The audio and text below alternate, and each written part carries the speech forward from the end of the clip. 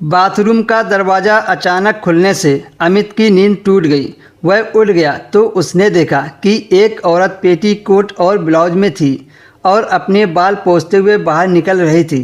अमित उसे देखकर भौचक्का रह गया कि ये कौन है।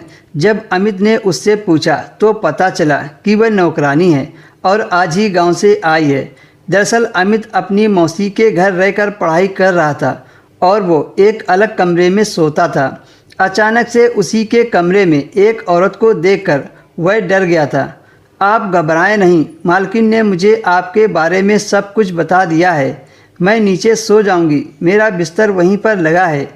पहले तो अमित को थोड़ा अजीब सा लगा, लेकिन धीरे धीरे उसे आदत सी हो गई। यही नहीं, घर के हर काम के साथ साथ अमित का भी हर तरीके से ख्याल रखने लगी। एक दिन वह रविवार को अपने दोस्तों के साथ साइबर कैफ़े चला गया। फिर उन दोनों ने एक सिस्टम लिया और पर्दा लगाकर बैठ गए। उसके दोस्त ने एक अश्लील साइट उसकी आंखों के सामने खोल दी। एकटक वह देखता रह गया। बिना कपड़ों की लड़कियां पहली बार उसने देखी थी।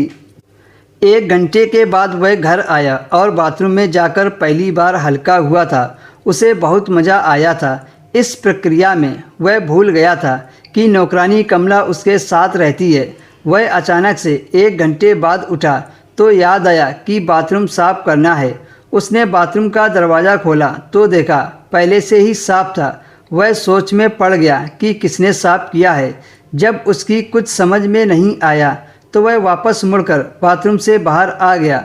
बाहर निकलते ही उसकी नज़र नीचे पड़ी तो देखा नौकरानी कमला बिस्तर बिछाकर लेटी थी।